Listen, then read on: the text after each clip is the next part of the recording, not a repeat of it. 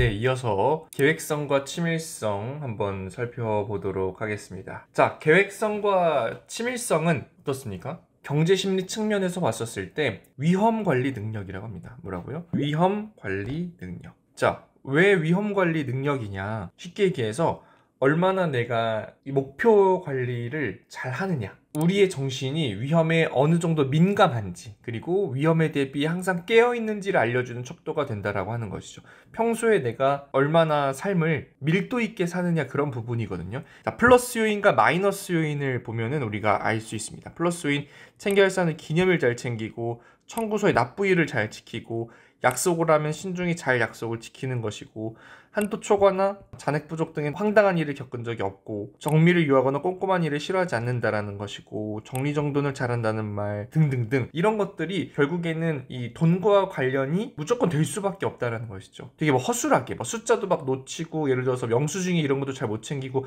카드도 결제했는데 그냥 뭐 맞는 금액이겠지 하고 안 보는 분들 꽤 있거든요. 저도 옛날에 그랬었던 적이 있었는데, 그러한 꼼꼼함이나 그런 부분들이 결국에는 영향을 또 많이 미친다라는 것이죠. 그래서 사전에 철저한 계획을 우리가 세우면 위험도 없앨 수 있고요, 비효율도 없앨 수 있어요. 비효율. 이 부분이 굉장히 중요한 부분이다, 돈 관리할 때. 자, 마이너스 요인 뭐가 있을까요? 요거 보시면서 좀 공감하시는 분들 계실 것 같아요.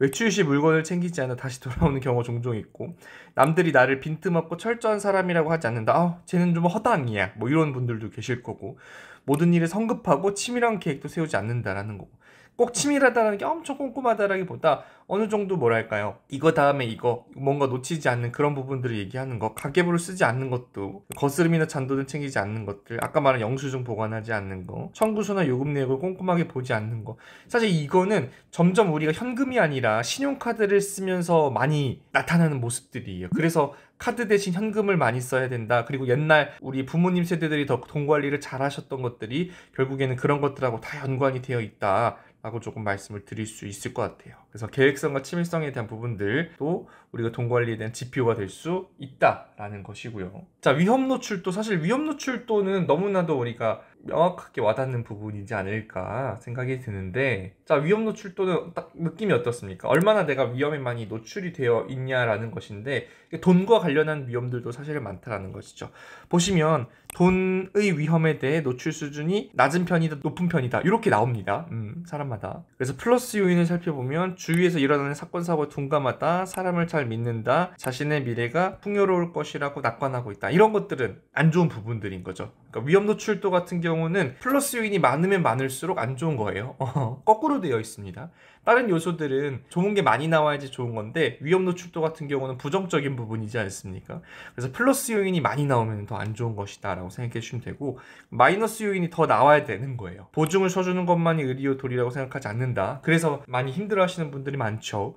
남의 돈 때문에 자살하는 것을 보면 자신의 일처럼 느낀다. 어렵고 골치 아픈 문제는 미루지 않고 바로 해결한다. 어려운 문제들이 쌓이고 나면 어떻게 되겠습니까? 이게 다 우리에게 마이너스 요인으로 다가오게 되는 거예요. 항상 비상자금을 준비를 한다. 본인은 자신의 소득에 대해 언제라도 전직이나 해고 등의 수입의 변화가 일어날 수 있는 위험에 대해서 알고 있다. 이 두 가지가 결국에는 비상 상황을 대비할 수 있는 거죠. 비상시를 대비하지 않고 우리가 있으면 어떻게 되겠습니까? 뭐 예를 들어서 대출을 급하게 해야 될 수도 있고, 돈을 마련하지 못해서 그 문제 해결하지 못하는 상황이 생길 수가 있는 겁니다. 자신의 일생을 통해 다가올 문제들을 구체적으로 알고 있다. 보수적인 투자 성향이다. 언제라도 마음만 먹으면 원하는 만큼 돈을 벌 수 있다고 생각하지 않는다.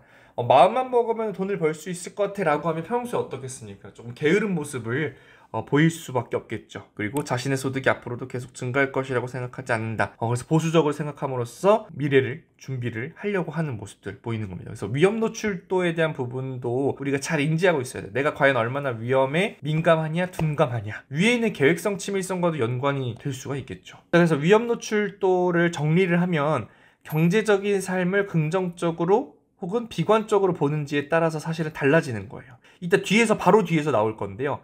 지나치게 낙관하면 충동구매, 과소비, 유아형, 배짱이형 이런 것들이 나오고요. 지나치게 비관적으로 보면 저소비형과 자린고비형이 나와요. 요 뒤에 나오는 유형들이 또 있거든요. 그거랑 연결시켜 보면 되게 재밌습니다. 그래서 모든 것들이 다 연결이 되어 있다는 거를 알아주시면 좋을 것 같고요.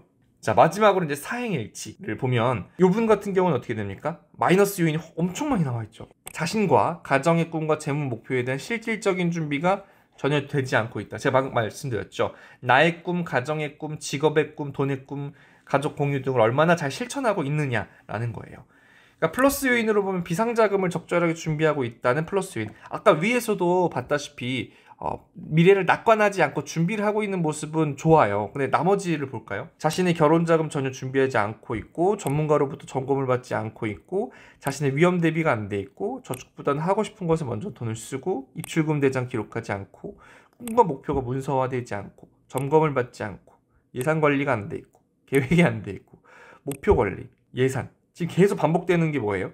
예산, 계획, 점검. 이게 하나도 다 안 돼 있는 거야. 그리고 플러스 목표. 어때요? 다 일맥상통하는 내용들 아닌가요? 예산, 계획, 점검, 목표. 그러니까 이런 것들이 다 잘 돼 있으면 사실 우리가 똑같은 돈을 벌더라도 잘 될 수밖에 없거든요. 작은 돈을 벌더라도 더 큰 돈을 버는 사람들보다 차이는 날 뿐이지 금방 따라잡아요. 근데 이게 잘 안 돼 있다 보니까 어떻게 됩니까? 점점 나이가 들면 들수록 이뤄가는 게 없고 계속 다른 사람들과 격차가 벌어지는 거예요. 그래서 사실 사행일치가 별거 아닌 것 같아 보이지만 이 꿈과 목표의 마지막에 넣은 이유가 결국에는 이 부분이 가장 큰 결정적인 요인을 차지하기 때문이다 라고 이렇게 얘기를 드릴 수가 있겠습니다.